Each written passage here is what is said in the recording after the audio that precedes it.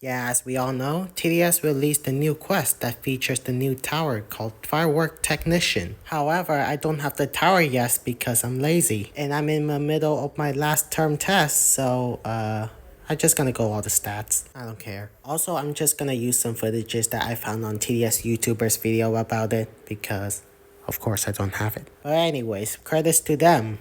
Enjoy. Like I said earlier, the Firework Technician is an exclusive tower which can be obtained by completing an exclusive quest in this exclusive update, which you only need 1,000 coins to accept it, which is okay. It costs 1,500 to place and has a placement limit of only one. Also, this tower is a support tower, which means that you cannot expect it to shove fireworks up the enemy's ass. It's basically the DJ, but feeling kind of festive. It doesn't give any casual buffs like fire rate or discount. It gives detection, stealth, yes, lead, yes, flying, yes.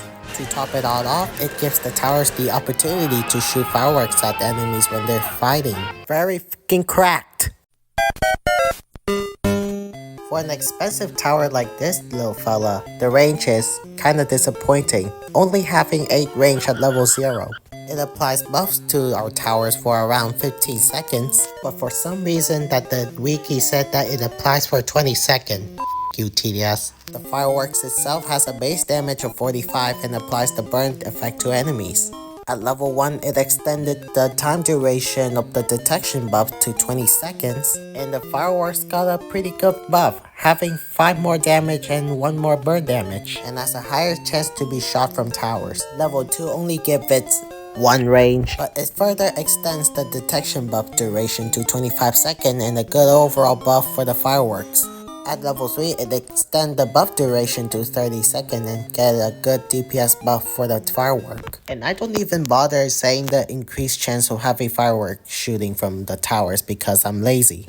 For the final level, it extends the duration to 40 seconds this time, and it got a good buff on the fireworks itself too. I'm not gonna bother reading out all these Also, it got 2 more range, which is, kinda good. Like I said, it's like a support tower, which means that towers in its range can only be buffed. But since it has dog range, so very few towers can get buffed by this tower. Since it only gives detection buff, you should also be smart on using it too. So for example, if you're playing hardcore and let enemies start to appear, but you only have a level 2 minigunner, which doesn't have lead detection by the way, you should use the firework tower so that it could give it lead detection and thus progressing in the game. Another thing that you can do with it is that you can grant hidden detection to some certain towers. There are some towers in some upgrades that it's supposed to have hidden detection doesn't have, which doesn't make any sense. You can place the firework towers near them so the nearby towers can get a little taste of how it feels like to being cured by Mr. Beast. Or you can use Ace Pilot, it's more beginner friendly. Fun fact, the ratio of towers shooting fireworks depends on how fast they shoot. To make it more simple, towers with a slow fire rate will tend to shoot fireworks more than those who shoot faster. Towers like rangers, mortars, and any other generic clip towers, except Gatling gun, will have a higher ratio of shooting fireworks than those like accelerators or minigunners. Use these towers to get some extra DPS because at some point your tower could deal to almost 300,000 damage in total. This is basically what powers feels like.